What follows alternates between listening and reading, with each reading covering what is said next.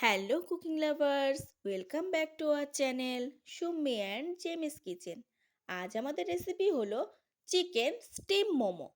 আমরা প্রথমেই চিকেনটাকে স্ম্যাশ করে নিয়েছিলাম। তাতে দিয়ে দিলাম পেঁয়াজ কুচি, দিলাম বাঁধাকপি কুচি, আর দিচ্ছি ক্যাপসিকাম কোচানো, দিয়ে দিচ্ছি গাজর কুচি, আর দিয়ে নিচ্ছি কাঁচা লঙ্কা।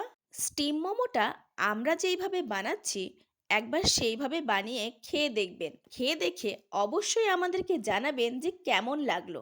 আমরা এর সঙ্গে দিয়ে নিলাম লবণ, ধনিয়া গুঁড়ো, চিলি সস, টমেটো সস, আর দিচ্ছি সয়া সস আর শুকনো লঙ্কার গুঁড়ো দিয়ে হালকা হালকা করে ভালো করে আলতো হাতে মেখে নেবেন।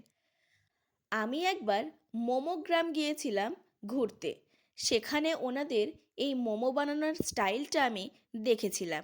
তখন ভেবেছিলাম যে একবার অবশ্যই আমি ওইভাবেই বানানোর চেষ্টা করব। তারপর দেখুন আমি কিভাবে মোমোর পুরটাকে দিয়ে কেমনভাবে মোমোর নকশাটা করে নিচ্ছি।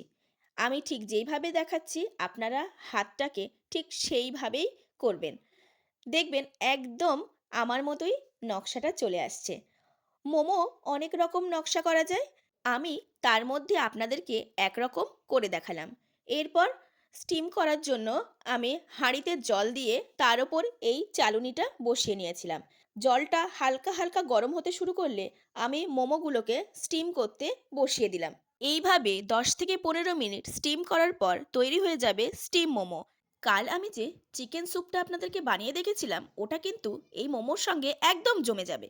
তার লিঙ্কটা আমি ডেসক্রিপশনে দিয়ে রাখলাম, অবশ্যই দেখে নেবেন। Thank you so much everyone.